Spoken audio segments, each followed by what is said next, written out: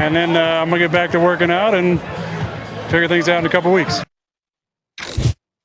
All right, Stephen A., fairly definitive. And obviously, this is from a distance. You're closer to the situation. But while we were off over the past week, he also spoke about how he's really grateful for this time. He's worked on his mental health, his spirituality. He seems to be in a really good place.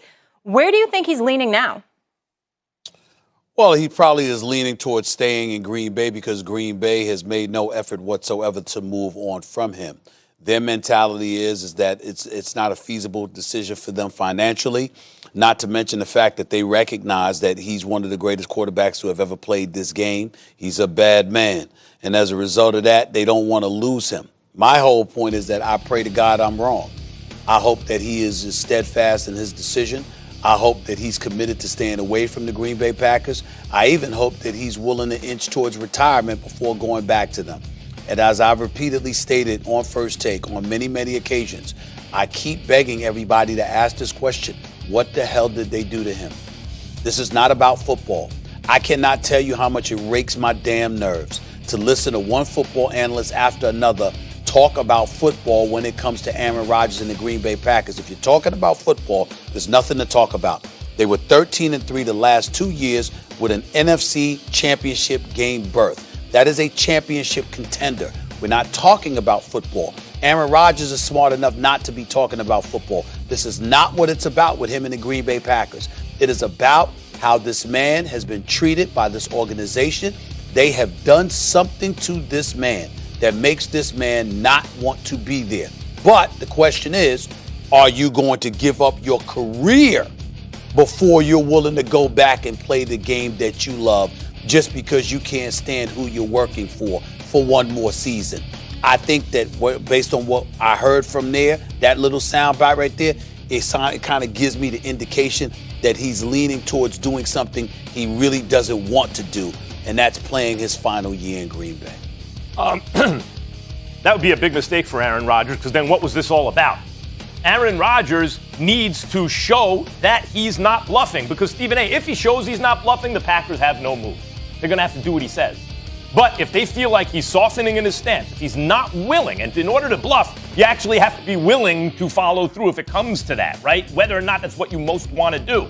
If he's actually willing to sit out the year, what are the Packers going to do? Think about the Stafford-Goff trade, okay? Goff was drafted number 1 overall, made 2 Pro Bowls, won an NFC championship game, went to a Super Bowl, and he was traded along with 2 first-round picks and a third-round pick for Matt Stafford. Now, Stafford has a team-friendly contract, but Stafford is considered a better quarterback than Goff also.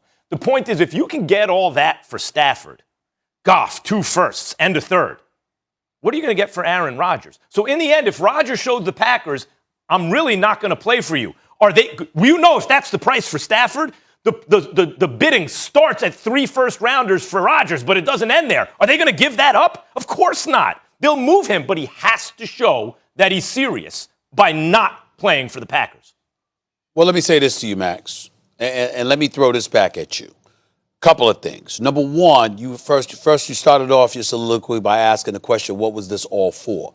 Well, what it was all for is that if it's an organization that wants to treat him like trash and wants to be dismissive of him or act like he's just another guy as opposed to him being that bad man that he is, okay, he was saying, okay, then get me up out of here. It shouldn't be an issue since you don't want me and I don't really want to be here.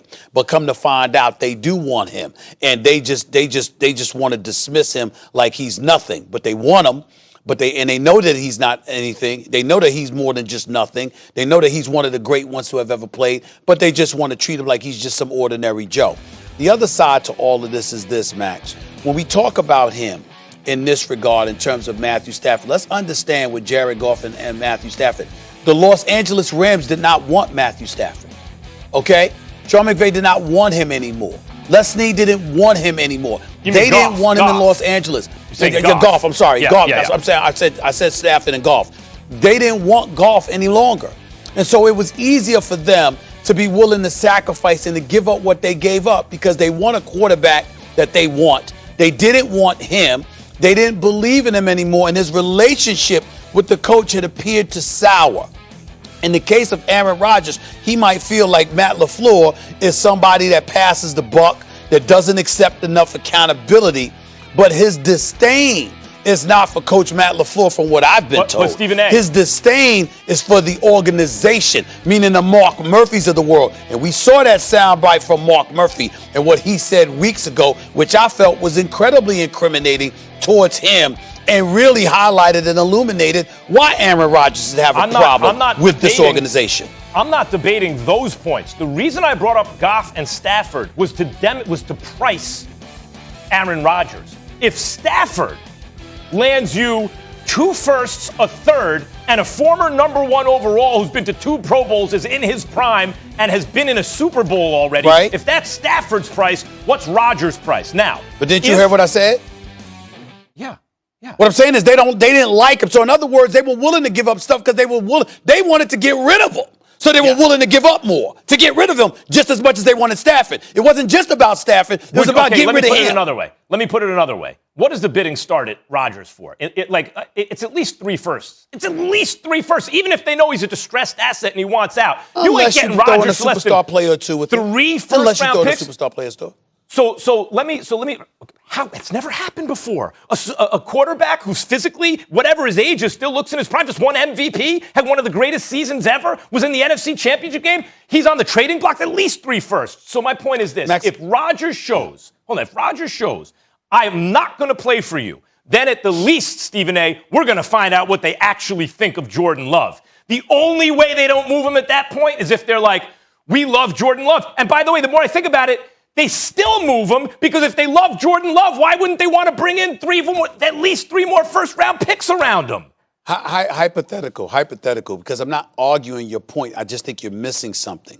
I'm not questioning the legitimacy of the 3 first-round picks that you're saying. Only thing that I'm trying to throw in there, Max, is 3 first-round picks might not be necessary if you throw in a superstar talent with, say, 1 or 2 first-round picks. Like, let's say, for example, not that this would happen. Let's say not that this would happen, but let's say, for example, Aaron Rodgers decided he wanted to go to Baltimore. And Baltimore said, okay, we'll give you Lamar Jackson. Yep. Well, guess what? They don't have to give up 3 first-round picks now.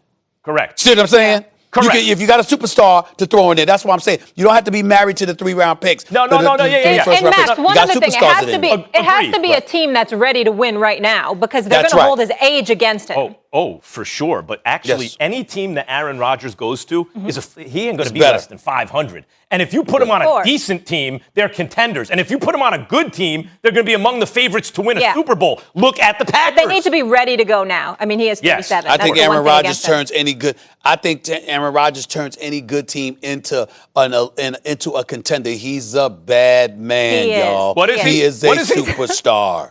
Yes. What is he? I like the way you said that. That could even become like a catchphrase. What is he? Oh, my gosh. You're unbelievable. He's a bad man. He's a bad man. Bad man. What does it all come down to? He's Respect. special. What did the lock say? Money, power, respect. Key to life. That's what Aaron Rodgers needs. That's a throwback. All right, we'll keep it rolling. Conor McGregor predicted Dustin Poirier would leave UFC 264 on a stretcher. He got half of that prediction right. Is Conor McGregor washed? Is he done? The fellas answer that. Plus, a couple weeks ago on this very show, Max Kellerman predicted Team USA was bringing a questionable roster to Tokyo. One exhibition loss to Nigeria later. Was Max right? Stay tuned. First Take, just getting started.